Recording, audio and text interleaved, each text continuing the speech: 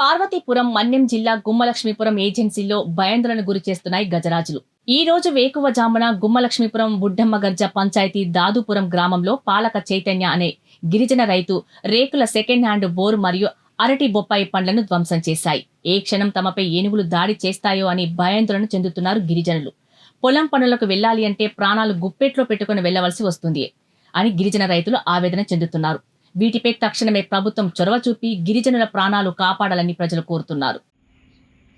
మాది మా చుట్టుకల్ పంచాయతీ అండి, దాదుపురం గ్రామము. ఇక్కడ చాలా పుట్టుపూర్వం నుండి ఈ ఏరియాలో ఇక్కడే వ్యవసాయం చేసి కష్టపడి ఇక్కడ బ్రతుకుతున్నాము. రాత్రి జరిగినటువంటి సంఘటనలో ఏనుగులు ఈ ప్రాంతంలో ప్రవేశించి ఉన్నటువంటి ఒక ఇల్లుని పాడు చేసి వ్యవసాయాన్ని కూడా బాగా పాడు చేస్తే మరి దేవుడు ఏదో ఒక రకంగా రక్షించే తప్ప లేకపోతే రాత్రి చనిపోవలసింది. దీనికి వెంటనే చర్య తీసుకొని దీన్ని ఒక న్యాయం చేస్తారని కోరుతున్నామండి.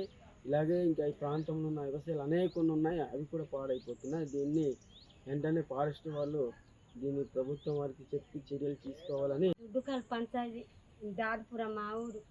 మరి ఇక్కడ పూర్వం నుంచి మా అత్త మామ ఉన్నారు. మేము పెళ్ళి ఒక ముందు నుంచి ఇక్కడ పాక కట్టి ఉన్నాం నాయన. రాత్రి జరిగిన సంఘటన మేము చెప్పలేకపోనాం.